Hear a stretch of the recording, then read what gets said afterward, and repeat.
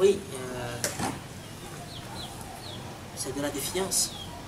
De la défiance comme nous l'avons titré dans notre parution de ce jour.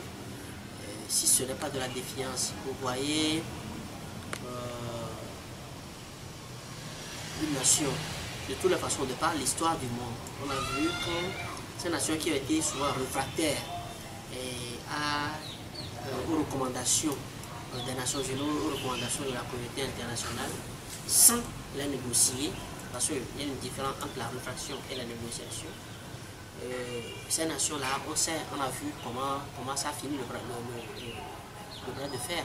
Et quand le Togo se prévaut État souverain, il faut qu'on soit d'accord que Bawara, qui a longtemps fait la RDC, sait très bien que le Togo ne pèse pas la même chose que le Congo de Kabila. Hein? Quand Kabila disait hier qu'il est souverain, etc., finalement il a fini par concéder des points des points de sa souveraineté. Il a fini par se plier d'une façon ou d'une autre. Hein? Il a fini par négocier.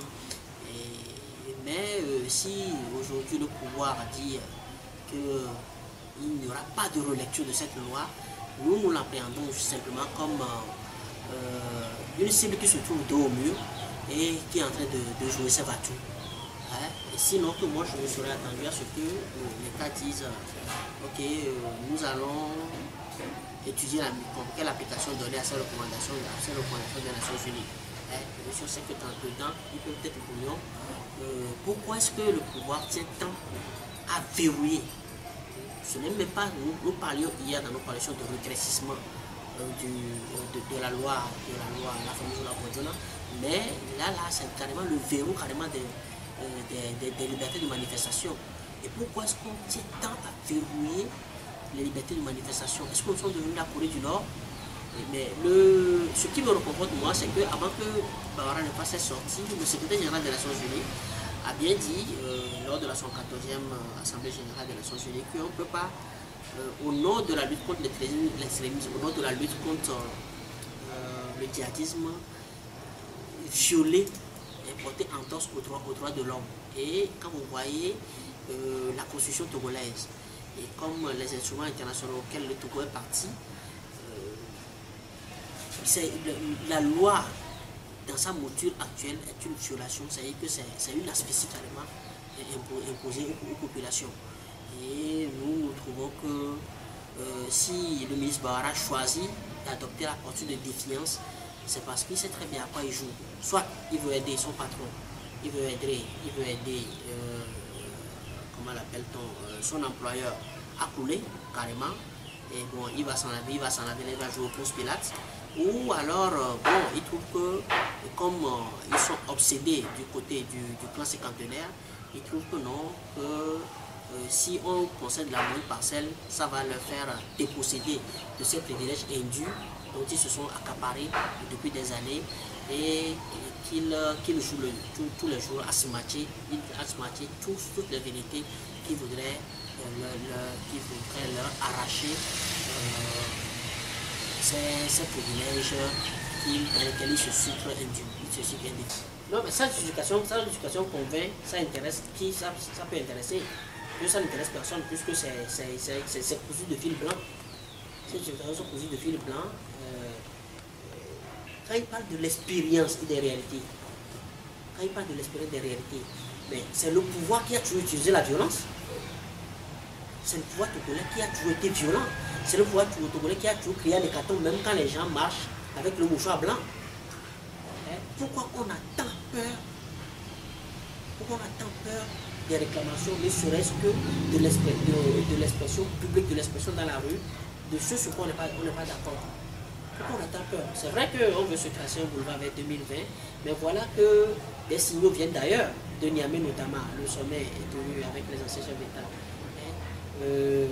Ce que les Américains ont envoyé aux Guinéens, à l'homologue de Fonya Singbe, c'est-à-dire que le trio qui veut s'ajouter, supplanter le troisième en Guinée, le troisième mandat en Guinée, quatrième mandat au Togo, et puis troisième mandat en Côte d'Ivoire, les Nations Unies, excusez-moi, les États-Unis ont envoyé un signal à Condé qui n'a qu'à renoncer à cette vérité de troisième mandat. Et même si son ministre de l'Intérieur vient d'interdire à manifestation que les populations ont envoyé, ont demandé. La Guinée, ce n'est pas le Togo. La Guinée, ce n'est pas le Togo. Et moi, je trouve que c'est jouer au caïd. Et quand on voit le Togo jouer au caïd, face à la communauté internationale, si ça ne nous fait pas marrer, ça nous fait pleurer. Mais est-il que, quoi qu'il arrive, de toutes les façons, nous, on sait que l'issue ne sera qu'à la faveur du peuple togolais. Sur le plan du fait que le pouvoir vient d'engager avec les Nations Unies. Peut-être qu'on est en train de compter sur la planche à billets qu'on a fait tourner à volonté pour acheter les émissaires de la CEDEAO, etc. Mais les missiles de milices n'ont pas tous le même prix. Ils n'ont pas tous le même prix. Et c'est une autre paire de manches. On attend de voir quelle sera la réaction des Nations Unies face à cette, à ce pied de nez que le pouvoir togolais vient de leur envoyer très tôt. Voilà, est-ce que pensez-vous que les présidents qui sont actuellement au pouvoir, qui veulent briguer troisième ou quatrième mandat, vont écouter leur père ancien président?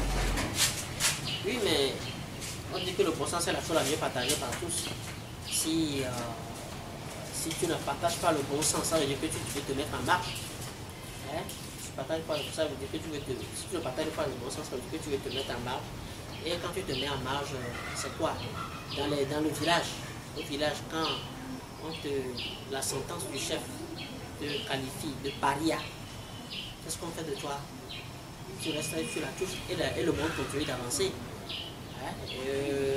Moi, je crois que, a priori, en ce qui concerne le Togo, il y aura, on va entendre raison à temps. Parce que Faure Gnassingbé est si jeune, il a plein d'idées, il a la volonté, et donc il a un avenir, il a un avenir après le pouvoir. Maintenant, les passifs qu'il aurait accumulé, il y a toujours une possibilité de négocier, de solder cela, parce que l'offre qu'il va déposer sur la table, je renonce à mon quatrième mandat, je veux écouter vos conseils. Comme on le dit chez nous, Claudia a des lames dans les jours. Quand l'animal qui est déjà dans une posture, comment vous l'appelez, dans une posture de pitié, le chasseur ne peut tirer dessus. Ce sont les principes de la vie. Donc, nous estimons que, parce que le sommet de Niamey est intervenu dans un contexte où toutes les velléités étaient ouvertes. Ça a été au Guinée, en Côte d'Ivoire, au Togo. Et donc le sommet est intervenu juste après l'Assemblée générale des Nations Unies pour dire non. Pendant qu'on nous dit, laissez libérer, enfin, ouvrir quand même le van de la liberté aux gens de manifester pacifiquement. On sait que c'est pour vous arranger un quatrième mandat, n'allez pas sur ce chemin. Et parce que la dynamique mondiale même montre aujourd'hui que le populisme est en train de monter. Vous voyez, même dans les démocraties occidentales, le populisme est en train de monter parce qu'il y a beaucoup d'humains que le capitalisme a laissé sur la touche, que les politiques injustes ont laissé sur la touche et qui réclament aujourd'hui d'être repris dans le système économique, socio-économique. Et donc c'est la même dynamique également en Afrique où quand on parle de terrorisme et de l'extrémisme, le terreau du terrorisme et de l'extrémisme, c'est quoi? Ce sont les injustices. C'est l'accaparement de biens publics quand le fauteuil présidentiel est un bien public. Et en cela, il faut toujours penser à passer la main ou carrément à faire une gestion très inclusive. Mais vous êtes d'accord avec moi que les 5 ans que Faure Gnassingbé vient de boucler, qui va boucler bientôt, qui a été décrété mandat social. En quoi est-ce que le social a